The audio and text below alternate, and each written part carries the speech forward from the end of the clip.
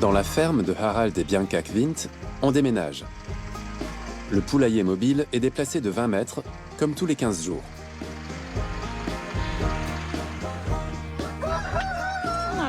Bonjour mes belles. Les Kvint ont acheté des poules dans un but bien précis.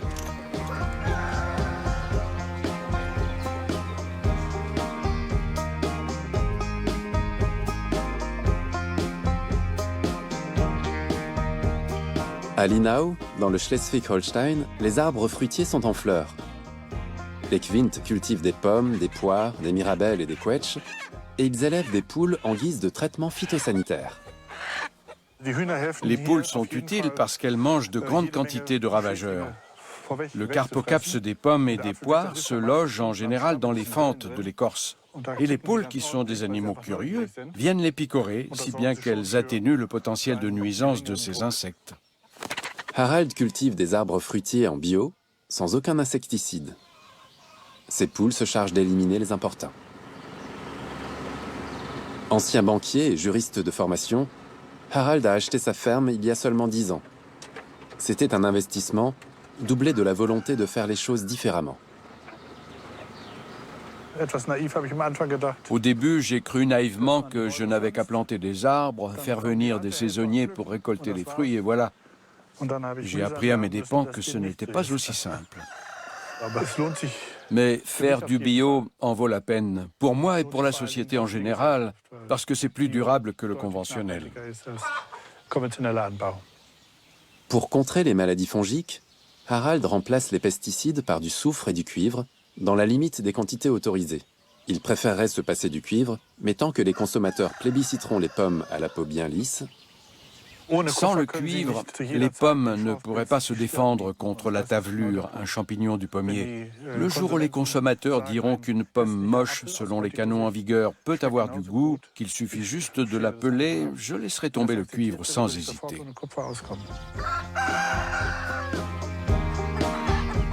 Entre les pommiers, les poules mènent la vie dure aux ravageurs. Effet secondaire positif de ce traitement naturel, Bianca ramasse chaque jour 200 œufs, 100% bio.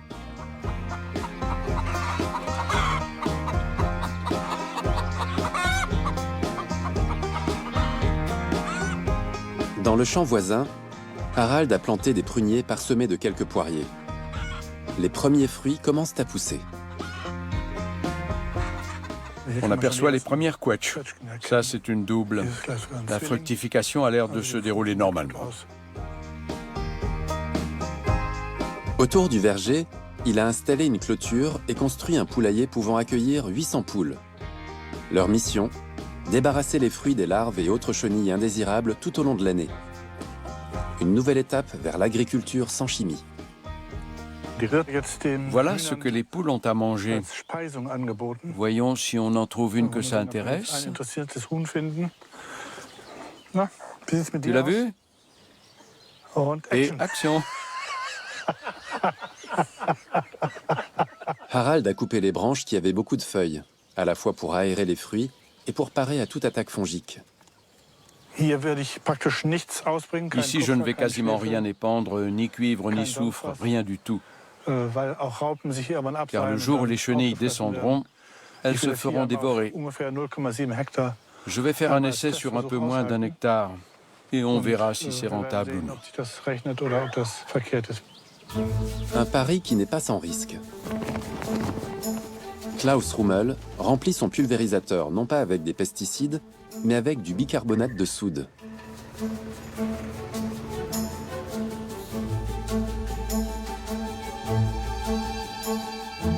Ce vigneron de Landau, en Palatinat, a tourné le dos à la viticulture conventionnelle il y a déjà des années. Il cultive des variétés de vignes naturellement résistantes aux principales maladies fongiques. Le bicarbonate de soude est un produit alimentaire très efficace contre l'oïdium, qui agit uniquement en surface. La pierre angulaire de notre programme en faveur de la biodiversité et du développement durable, c'est aussi de réduire au maximum notre consommation d'énergie, de réduire le nombre de passages, d'avoir plus d'espèces, plus d'abeilles, plus de bourdons, plus de papillons et plus d'oiseaux. Ça forme un ensemble. Il a le soutien financier de Volker Freitag, exploitant d'une pépinière viticole. Ensemble, ils ont créé leur propre cépage. Cette année, ils poursuivent l'expérience. On ne les a pas du tout pulvérisés. Les feuilles sont très belles. Elles ont bien poussé.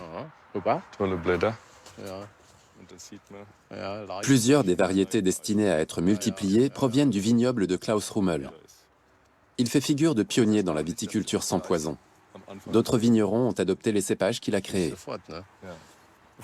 Il y a 32 ans, quand j'ai débuté, tout le monde me traitait de cinglé. On disait que je n'arriverais à rien. Mais la voie que j'ai choisie est la bonne. Si c'était à refaire, je ferais exactement pareil. Et si on parvient à réduire l'utilisation de produits phytosanitaires, on aura déjà fait un grand geste pour la planète.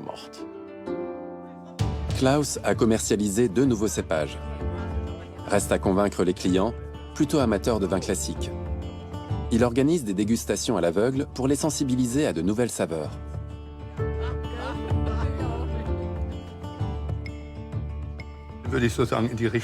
Je partirais sur un Riesling. D'accord. D'autres propositions? Sauvignon. Sauvignon? Très bien. Le seul argument susceptible de convaincre un connaisseur, c'est le goût. On leur fait goûter, on demande si ça leur plaît. Tout le monde répond oui. Et là, je leur dis que ce n'est pas un Riesling. Qu'est-ce qui vous empêcherait d'acheter ce vin? Ils répondent rien, il est bon, ça suffit amplement. Pour la création de nouvelles variétés hybrides, Klaus fait appel à des experts venus de Suisse. Extraire les graines de l'ovaire demande beaucoup d'applications.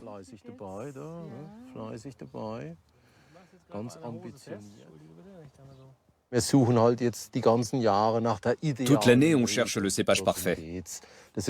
On est focalisé sur cet objectif. Créer une variété qui soit résistante aux maladies, qui pousse bien, qui pousse droit et qui donne un bon vin, avec un rendement suffisant. Il faut que le vin soit apprécié aussi souvent qu'on le déguste, et pas seulement la première fois. Volker Freitag cultivera dans sa pépinière les meilleures variétés issues de ces croisements. Il veut aider les vignerons à changer leurs pratiques. Les produits phytosanitaires n'ont qu'une efficacité temporaire. Ce n'est pas une solution pour l'avenir. C'est pourquoi je recherche des variétés plus à même de se défendre face aux maladies. Valentin Blattner est viticulteur. Il s'apprête à croiser une variété suisse multirésistante avec un cépage de Klaus Rummel. Je prends le pollen préalablement récolté et je le dépose sur le pistil de la fleur castrée pour la féconder.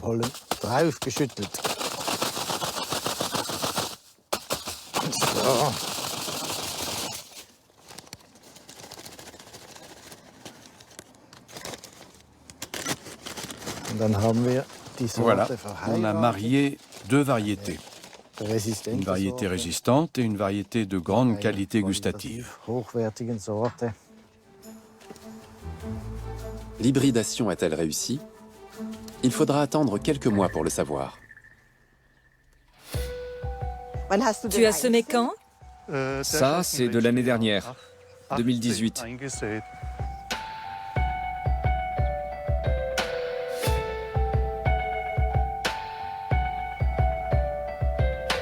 À Bermatingen, dans le Bade-Württemberg, Jutta Kinsle veut implanter, entre les rangs de pommiers d'Erhard Karrer, une multitude de fleurs et d'insectes pour maintenir l'équilibre biologique.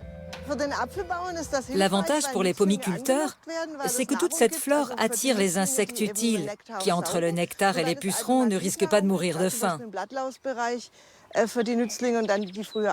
L'autre avantage de la biodiversité, c'est qu'elle joue un rôle dans la protection des cultures et qu'à ce titre, elle garantit la stabilité. Et cerise sur le gâteau, l'agriculteur peut être lui-même acteur de la biodiversité dans le paysage agricole.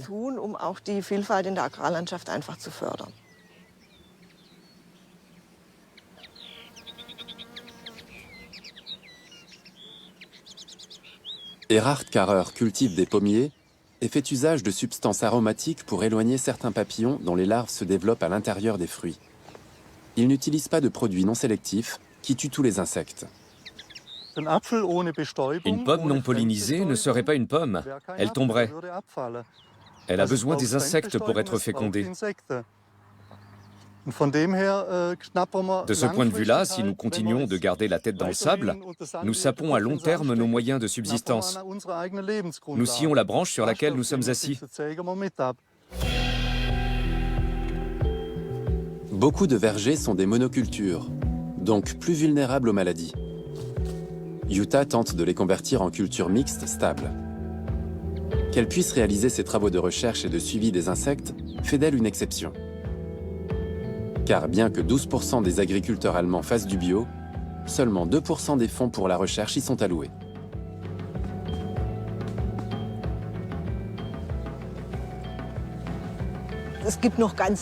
La recherche est encore très succincte et beaucoup de questions restent sans réponse. On pourrait trouver des solutions intelligentes si on nous accordait des moyens suffisants. Cela n'empêche pas de faire un certain nombre de choses. Si on disposait d'un budget pour la recherche équivalent à celui alloué au secteur conventionnel, beaucoup de choses aujourd'hui irréalisables deviendraient réalisables. La diversité est la clé de voûte d'une arboriculture durable. Il faut favoriser les différentes variétés de pommes et une abondance d'insectes. Mais les consommateurs devront accepter que les fruits présentent de légères imperfections, des petits défauts qui rendraient les pommes encore plus goûteuses.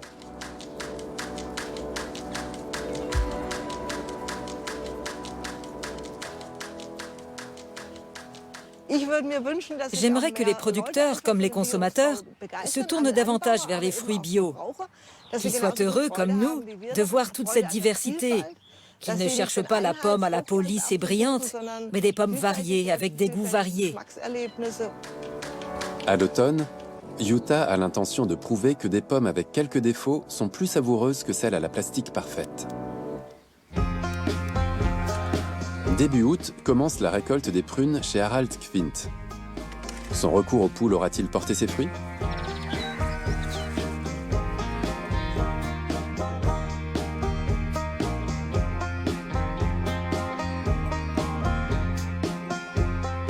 C'est la période la plus chargée de l'année. Sur la parcelle expérimentale, les branches des arbres fruitiers ploient sous les fruits. Les 800 poules ont fait le travail. Ce n'est qu'en regardant de plus près qu'on voit quelques quetchs attaqués par des champignons ou des insectes.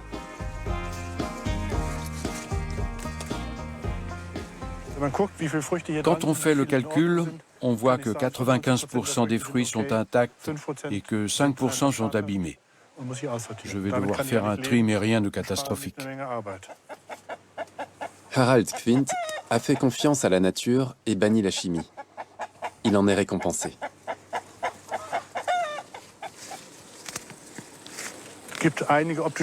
Il y a quelques défauts esthétiques, mais pour la vente à la ferme, ce n'est pas grave.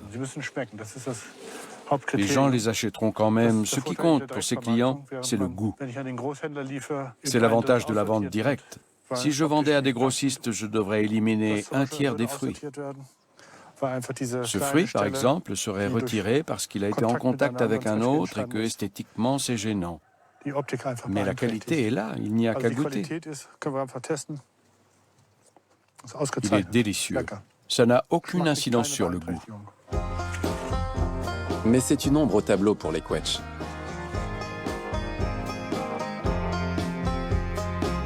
Les pommiers fleurissent plus tard que les pruniers. En plein été, leurs branches devraient être chargées de fruits. Mais une seule nuit de mai a suffi à détruire la future récolte. Les arbres ont été exposés plus d'une heure à -5 degrés et ont subi le gel. Aucun produit chimique ne peut lutter contre le gel. Ce qu'il faut, c'est vendre davantage sur le marché local et moins aux grossistes. Quand on vend en gros, notre marge est moins importante. Et des années comme celle-là, on ne peut pas compenser les pertes. On a plus intérêt à faire de la vente directe si on veut écouler nos fruits, y compris ceux qui ne sont pas jolis, comme cette pomme.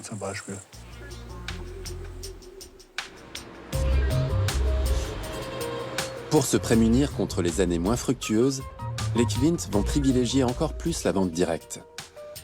Le week-end, dans leur petite boutique, ils vendent des fruits et des œufs, y compris des fruits qui seraient refusés par les enseignes discount. Les clients le savent, et pourtant, ils viennent chez les Quint parce qu'ils peuvent goûter. Ce qui n'est pas le cas dans un supermarché.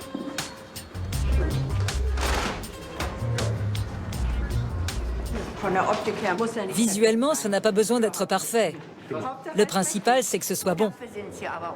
Au moins, on sait que les fruits ne sont pas traités. Le couple cherche constamment des moyens de mieux valoriser sa production. Au moment de la cueillette, il confectionne des gâteaux maison.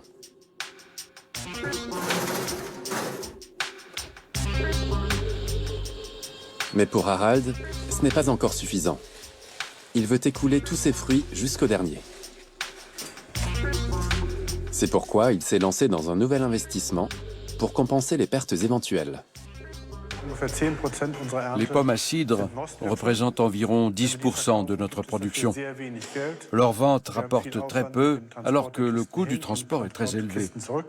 On a donc décidé de fabriquer du jus de pommes. Les pommes sont pressées aussitôt après la récolte, ce qui confère au jus une autre saveur que lorsqu'il est fabriqué à partir de pommes de conservation. Tout doit être prêt pour le début de la récolte. Harald veut réhabiliter les pommes avec des défauts. Car selon lui, le véritable critère de qualité doit être le goût.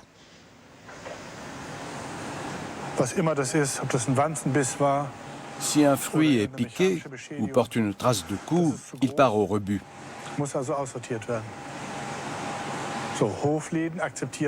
Les boutiques à la ferme tolèrent en partie ces défauts, les grandes surfaces, non. Alors que le fruit est tout aussi savoureux et nourrissant. Ça n'a aucun sens d'importer des fruits simplement parce que les nôtres sont véreux. Dans le monde entier, environ un tiers des produits alimentaires est détruit. Rien qu'en Allemagne, cela représente 11 millions de tonnes par an. Chez les Quint, on ne jette rien. Les fruits déclassés sont donnés aux animaux. Jeter des fruits et légumes uniquement parce qu'ils ne sont pas beaux, Michael Dusson a dit stop. Ce Suisse de Neuchâtel gère depuis plusieurs années un site de vente en ligne de produits bio. Révolté par le gaspillage alimentaire, il a cherché une solution.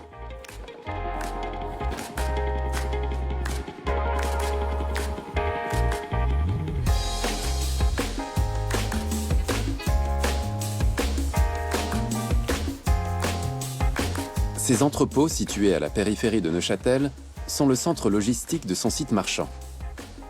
Les denrées alimentaires y sont triées avant d'être expédiées aux clients. Il a stocké dans un coin les ugly fruits, les fruits et légumes moches. La logique de notre société de consommation voudrait qu'ils finissent à la poubelle. Après, on a des citrons. Alors ce citron-là, il est bien calibré. Ceux-là, ils sont trop gros. Donc ça, pour nous, de nouveau, c'est des citrons qui sont très bons. On ne voit pas de raison pour pourquoi on devrait les jeter. Et cette courgette, elle est trop grosse. Ça, c'est trop gros pour le marché. Alors effectivement, il ne faut pas non plus laisser devenir des citrouilles. Il faut les stopper au bout d'un moment. Mais là, cette grandeur-là, ça passe encore tout à fait. Ça, ce serait normalement jeté. Alors ces produits seraient jetés si on ne les utilisait pas. Ces fruits et légumes moches, Michael les achète aux producteurs pour quelques francs de moins que les beaux et répercute cette ristourne sur la facture du client. On trouve même les fruits refusés par un importateur. Il ne livre pas de marchandises qui seraient périmées au bout de 2 jours. Tu vois, elles ont le goût abîmé. Alors c'est la qualité, c'est vraiment la qualité. Ugly, ça veut dire que on parle de forme, on parle de bizarrerie dans les formes, mais dans les grandeurs. Mais du moment où on touche le goût, ou bien vraiment des produits qui sont périmés ou bien autres, là ça sort du circuit. Son employé, Julien Jacquier, n'emballe dans les cartons que des fruits et légumes frais. L'entreprise garantit que la marchandise n'a pas plus de 48 heures à la livraison. Tous les arrivages du jour sont de première fraîcheur, en provenance directe des producteurs.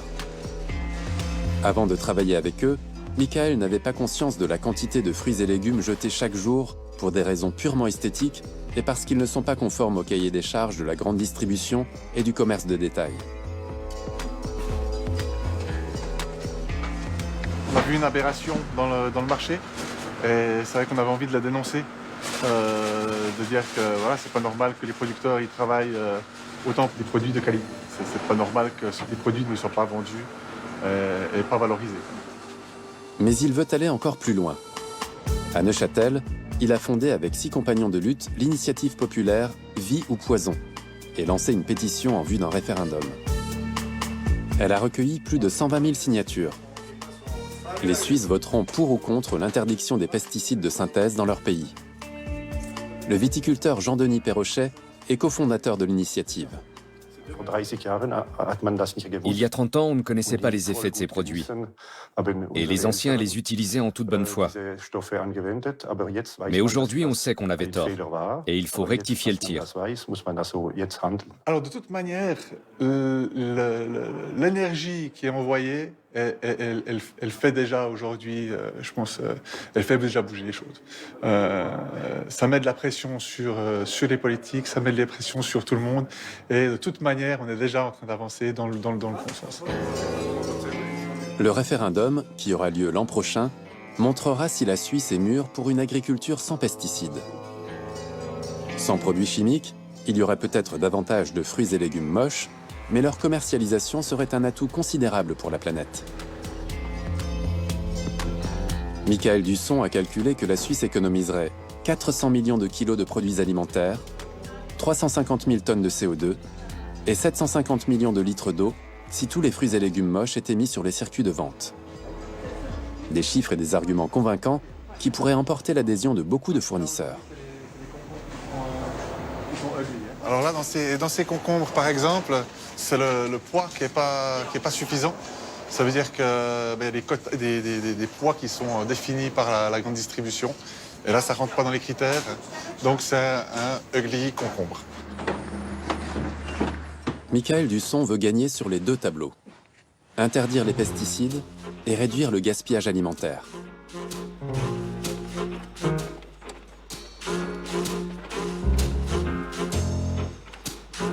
À Stuttgart, Jutta Kinsler et Christine Brugger organisent un test de dégustation pour redorer le blason des fruits moches. Les 2 scientifiques vont faire déguster des pommes à plus de 1700 clients. 3 morceaux sur 4 ont de légers défauts sur la peau. Christine Brugger, analyste sensorielle des denrées alimentaires, a conçu le test. Nous voulons démontrer qu'une pomme sans défaut n'est pas forcément plus savoureuse qu'une pomme abîmée. Et à contrario, qu'une pomme abîmée n'est pas plus mauvaise qu'une pomme sans défaut. C'est notre message. Évidemment, il serait encore plus intéressant de prouver que les pommes disgracieuses sont même meilleures. Aujourd'hui, les testeurs goûtent des pommes de la variété Elstar. Un seul des 4 morceaux provient d'un fruit sans défaut. Mais ce sont les autres qui obtiennent les meilleures notes. Le premier 8, le deuxième 9. Christina ne propose jamais les tranches dans le même ordre. Sur une échelle de 1 à 9, quelle note donneriez-vous à cette pomme? Il peut y avoir encore mieux, mais je mets un 9. D'accord, parfait. Vous pouvez retirer votre bandeau. Certaines parties de la peau des pommes sont censées déclencher des processus d'autorégulation et libérer les arômes. La pomme sans défaut, vous l'avez mal notée. Celle avec la petite tache, vous l'avez jugée excellente. Ce genre de test peut-il modifier le comportement des acheteurs? La cliente est dubitative. L'aspect général est important, pas seulement pour les fruits et légumes. Il faut bien se fier à quelque chose, et en général, c'est à l'apparence extérieure. C'est difficile de casser ces clichés dans la tête des gens. Les beaux fruits sont produits dans des fermes conventionnelles, à grand renfort de pesticides. Les fruits parfaitement calibrés et d'aspect impeccable ne sont pas le meilleur choix pour le consommateur, parce qu'ils ont beaucoup perdu en qualité, en termes de diversité, mais aussi de goût. Et on empêche encore plus les producteurs de favoriser la diversité des insectes. Pour Klaus Rummel et Volker Freitag, c'est le grand jour. Le croisement des cépages réalisé au printemps est-il concluant?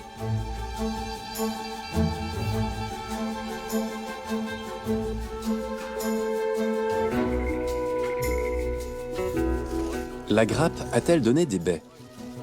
Si tel est le cas, Volker pourra commencer le travail de précision. Le taux de réussite est assez faible. C'est un peu la loterie. On sait ce que valent les parents. Mais quant à savoir si l'union a été consommée et ce que vaudra la descendance, c'est la surprise. Pour que les cépages hybrides atteignent leur maturité économique, il faut compter une vingtaine d'années. La sélection de nouvelles variétés est un investissement à long terme.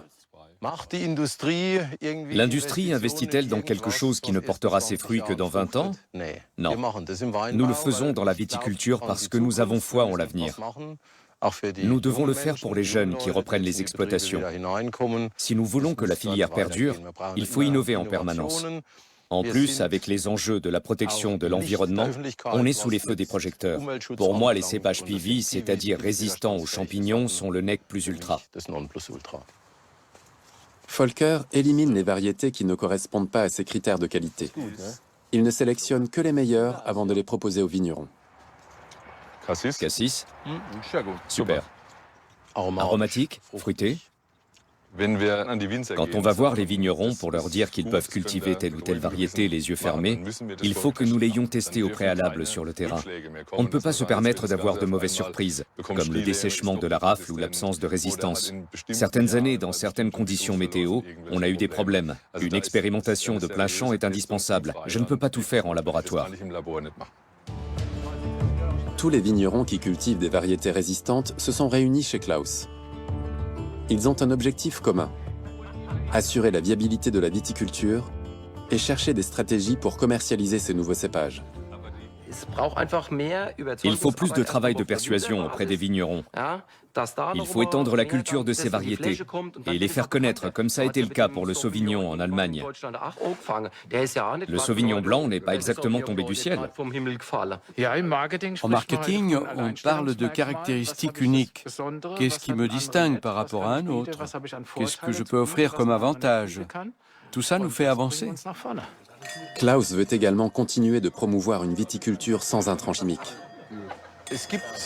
Sur notre planète, la croissance n'est pas infinie. Mais si on généralise un bien de consommation issu d'un mode de production vertueux, on crée un nouveau modèle économique qui profite au monde entier. Quand j'entends parler mes collègues, ça me conforte dans mes choix. Harald a mis en place son installation de jus de fruits juste à temps pour la récolte des pommes.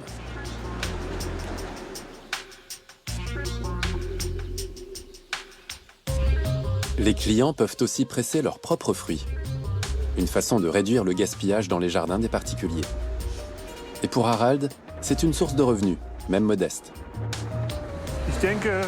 La cidrerie est un bon complément les années où il y a peu de fruits. C'est un filet de sécurité. Pouvoir faire son jus de pomme soi-même. Pour Stefan Janus, c'est une bonne raison de venir ici et l'occasion d'expliquer à ses enfants le lien entre l'aliment et la nature. C'est passionnant de montrer aux enfants que le jus de pomme ne vient pas d'une brique, mais que c'est tout un processus naturel. On voit l'arbre, on le voit grandir, on cueille une pomme, on croque dedans ou on en extrait le jus pour le boire. C'est une démarche qui me plaît. Une sortie en famille qui montre aux plus jeunes l'importance de préserver la nature.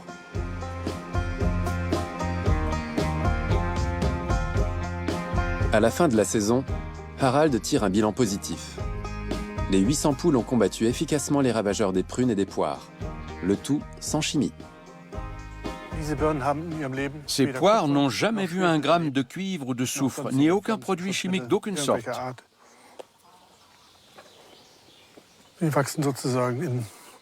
Elles poussent en symbiose avec les poules. Et ça fonctionne.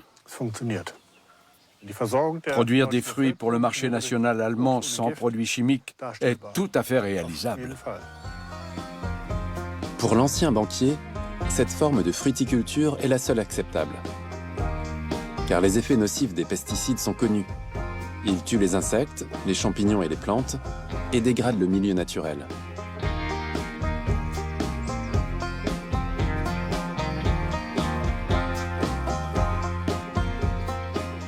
Quand on sait qu'on n'est que de passage sur Terre, on se doit de la préserver pour ceux qui viendront après. Le plus important, c'est la fertilité du sol. Qu'on cultive des pommes de terre, des fraises ou des pommes, peu importe. Des fruits tachés, marqués, moins beaux, mais plus savoureux.